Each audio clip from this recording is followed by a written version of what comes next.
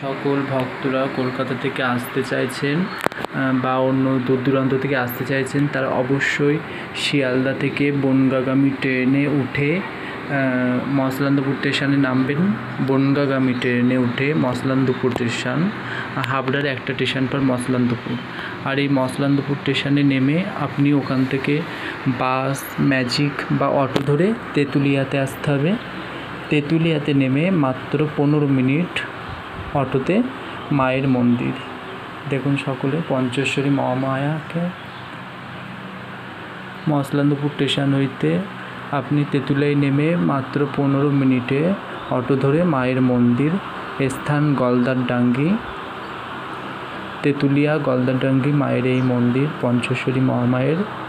আপনারা সকলে মাকে পুজো দিয়ে দর্শন করে আপনাদের মনস্কামনা পূর্ণ করতে পারেন। মাকে দর্শন করলেই মায়ের সকল মনস্কামনা পূর্ণ হয়। এখানে মাকে দর্শন করার জন্য দূর দূরান্ত থেকে লোকজনেরা আসে, কিন্তু তবু মাকে আরও আপনারা বেশি বেশি করে শেয়ার করুন, মা যেন আরও দেশে বিদেশে ছড়িয়ে পড়ে। দেখুন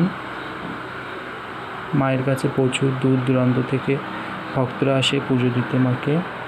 মায়ের এখানে মঙ্গলবার করে মায়ের সাপ্তাহিক পুজো হয়, আপনারা চাইলে পুজো দিয়ে যেতে পারেন। দেখুন